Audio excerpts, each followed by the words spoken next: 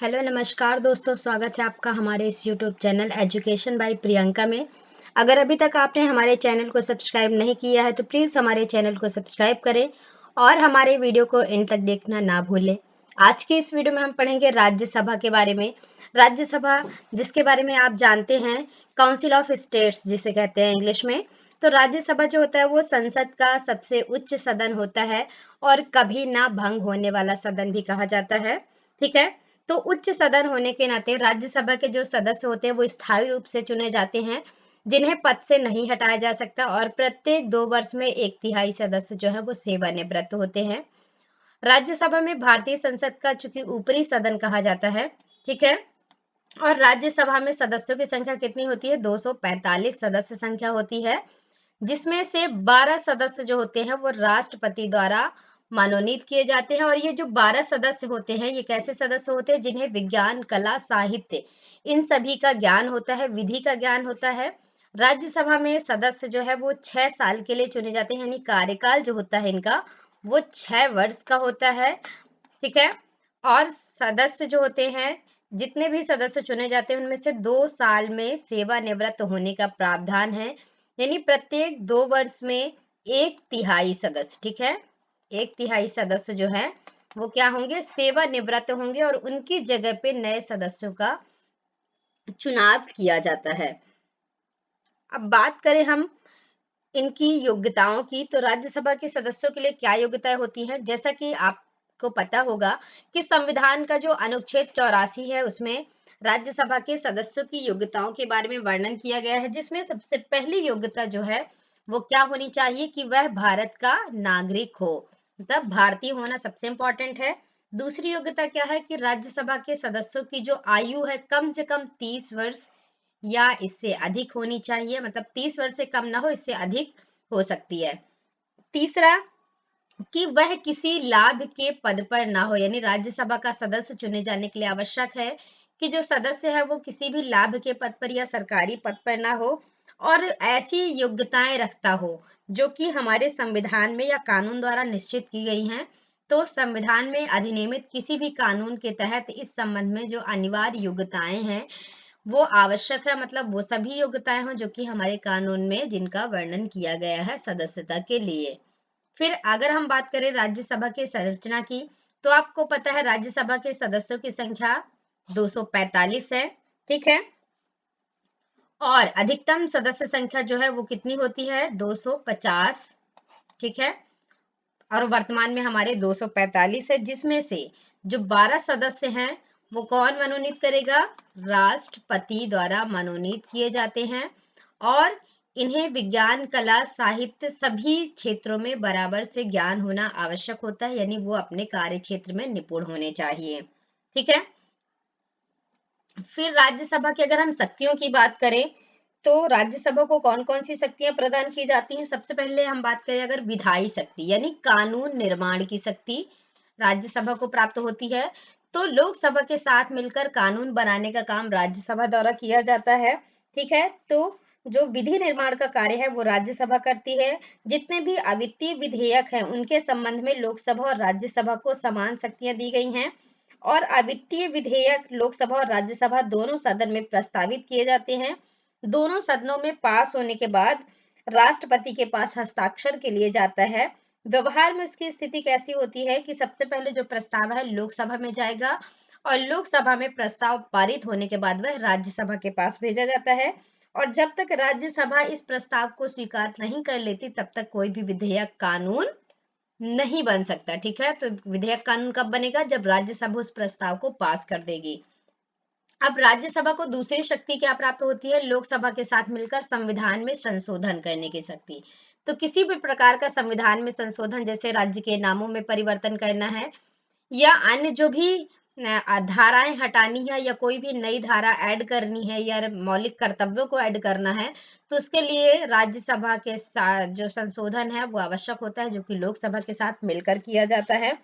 फिर अगर हम बात करें संविधान में संशोधन किस प्रकार से, तो लोकसभा के समान इसको शक्तियां प्राप्त होती हैं। जैसे विधेयक जो है संसद के किसी भी सदन में प्रस्ताव आएगा तो संशोधन प्रस्ताव तभी स्वीकृत किया जाएगा जब उसे संसद के दोनों सदन अलग अलग अपने बहुमत के आधार पर मतदान के भाग से 2/3 बहुमत से पारित करेंगे और संशोधन प्रस्ताव पर संसद के दोनों सदन की अगर असहमति होती है तो उसकी संयुक्त बैठक होगी, विचार विमर्श किया जाएगा, उसके बाद ही उस पर किसी भी प्रकार के संशोधन की प्रक्रिया तय की जाएगी। फिर राज्यसभा की बगैर सहमति के कोई भी विधेयक कानून नहीं बन सकता। मतलब कोई भी विधेयक, विधेयक का आशय है बिल से, जैसे मनी बिल होता है, साधारण विधेयक या वित्त विधेयक, तो कोई भी विधेयक तब तक कानून नहीं बन सकता जब तक कि राज्यसभा उस प्रस्ताव को पास ना कर दे। अब राज्यसभा महाभियोग की प्रक्रिया में भी भाग लेता है, यानी सदन के किसी भी नेता पर अगर अभियोग लगाना है, अभियोग का आशय होता है किसी पर दुराचार या संविधान के उल्लंघन का आरोप लगाना, ठीक है। महाभियोग का आशय किससे है? आरोप लगाने से। तो किसी भी प्रकार का आरोप लगाने की जो प्रक्रिया होती है वो राज्यसभा को प्रदान की जाती है, यानी राज्यसभा उस प्रक्रिया में भाग लेता है। किसी को भी महाभियोग लगा करके पद से हटाने की प्रक्रिया जो होती है उसका अधिकारी होता है। राज्यसभा किसी भी विषय को राष्ट्रीय महत्व का घोषित कर सकता है, ठीक है। फिर वित्तीय शक्तियां भी प्राप्त होती हैं राज्यसभा को। कौन सी शक्तियां प्राप्त होती हैं? वित्तीय शक्तियां। अब वित्तीय शक्तियों से आशय क्या है? जो आपका साधारण बिल या वित्तीय बिल है उसकी शक्ति प्राप्त होती, तो राज्यसभा को वित्तीय शक्तियां प्राप्त होती हैं। संविधान के द्वारा ही इस संबंध में राज्यसभा को लोकसभा की तुलना में बहुत ही कम शक्तियां प्रदान की जाती हैं, परंतु जितनी भी प्रदान की जाती है उनका वह बराबर से प्रयोग करता है उन शक्तियों का। संविधान के अनुसार वित्त विधेयक सबसे पहले लोकसभा में प्रस्तावित होगा और लोकसभा में जब प्रस्ताव पास कर दिया जाएगा या स्वीकृत हो जाएगा तो वह राज्यसभा में भेजा जाता है, जिसके द्वारा अधिक से अधिक 14 दिन तक विधेयक पर राज्यसभा विचार करती है। कितने दिन तक? 14 दिन तक राज्यसभा क्या करेगी? उस पर विचार करेगी और राज्यसभा वित्त विधेयक के संबंध में अपने सुझाव लोकसभा को दे सकती है। लोकसभा की इच्छा पर निर्भर करता है कि वह राज्यसभा के उस प्रस्ताव को स्वीकार करे या फिर अस्वीकार करे। उसके बाद कार्यपालिका के संबंध में भी शक्तियां प्रदान की जाती हैं, ठीक है। अब कार्यपालिका के संबंध में कौन सी शक्तियां? जैसे संस्थात्मक शासन व्यवस्था में मंत्री परिषद जो है वो लोकप्रिय सदन के रूप में उत्तरदायी होता है और भारत में मंत्री परिषद केवल लोकसभा के प्रति ही उत्तरदायी होता है, ना कि राज्यसभा के प्रति। तो राज्यसभा के सदस्य जो है वो मंत्रियों से प्रश्न पूछ सकते हैं, उनकी आलोचना कर सकते हैं, अपना अविश्वास प्रस्ताव पारित कर सकते हैं।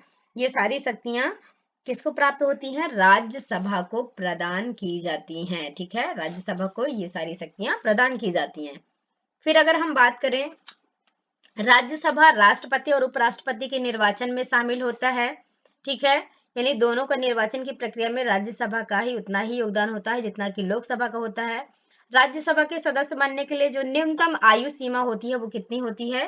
30 वर्ष, यानी 30 वर्ष से कम आयु नहीं होनी चाहिए, उससे अधिक होनी चाहिए। वर्तमान में जो राज्यसभा के सदस्यों की संख्या है वो कितनी होगी?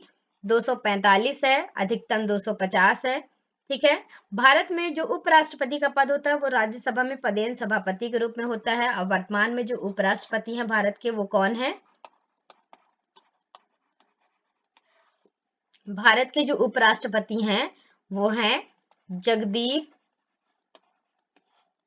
धनखड़, ठीक है।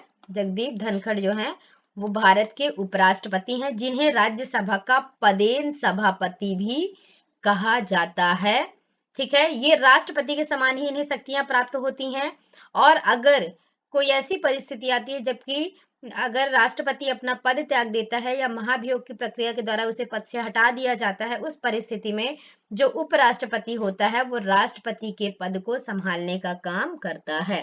फिर अगर हम बात करें लोकसभा और राज्यसभा के बीच तुलना की, तो क्या अंतर है इनमें? तो सबसे पहले लोकसभा और राज्यसभा को क्या कहा जाता है? तो लोकसभा यानी लोगों का घर, यानी एक लोकप्रिय सदन है जहां पे लोगों की अधिकता होती है, लोगों की सदस्यता होती है। राज्यसभा जो है वो राज्यों का परिषद के नाम से जाना जाता है। अब इनके नाम के अगर हम अर्थ की बात करें तो लोकसभा यानी लोगों का सदन, सीधी सी बात है। तो लोगों का सदन होता है जहां वोट देने के योग्य जो लोग होते हैं, यानी जो वयस्क होते हैं, वो प्रत्यक्ष चुनाव के माध्यम से प्रतिनिधियों का चुनाव करते हैं, यानी वयस्क मताधिकार की पद्धति के द्वारा चुनाव किया जाता है। और राज्यसभा में राज्यों को परिषद, जो कि अप्रत्यक्ष रूप से इसमें चुनाव होते हैं, केंद्र शासित प्रदेश की विधानसभाओं के जो निर्वाचित प्रतिनिधि होते हैं उनके द्वारा चुनाव किया जाता है। ये एक प्रकार का स्थायी सदन होता है राज्यसभा, ठीक है। अब सदन का कार्यकाल की अगर हम बात करें तो लोकसभा के सदन का कार्यकाल जो होता है वो 5 वर्ष का रहता है और अविश्वास प्रस्ताव के माध्यम से समय से पूर्व भी इसे भंग किया जा सकता है, ठीक है। समय से पूर्व भंग किया जा सकता है लोकसभा को, लेकिन राज्यसभा एक स्थायी निकाय, निकाय यानी सदन है। राज्यसभा एक स्थायी सदन है जिसे भंग नहीं किया जा सकता, ठीक है।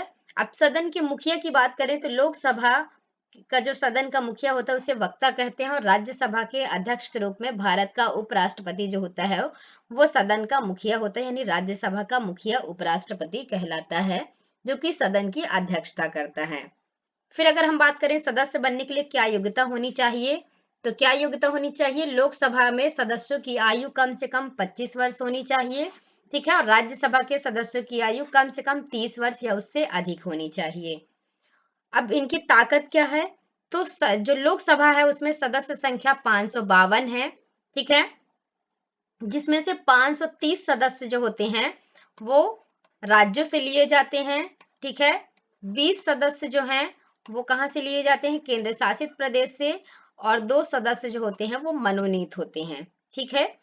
अब अगर हम बात करें राज्यसभा की तो 250 सदस्य होते हैं जो कि स्थायी रूप से चुने जाते हैं और 1/3 सदस्यों का इसमें सेवानिवृत्त होते हैं।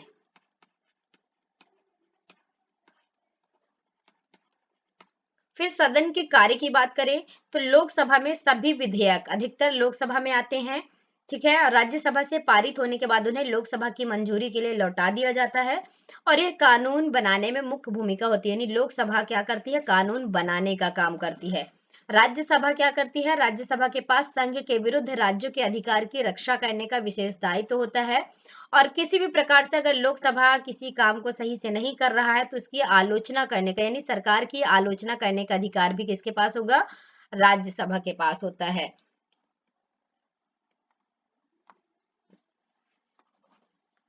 थैंक यू सो मच दोस्तों, हमारे चैनल को सब्सक्राइब जरूर करें और हमें कमेंट बॉक्स में बताएं कि आपको वीडियो कैसा लगा। Thank you so much.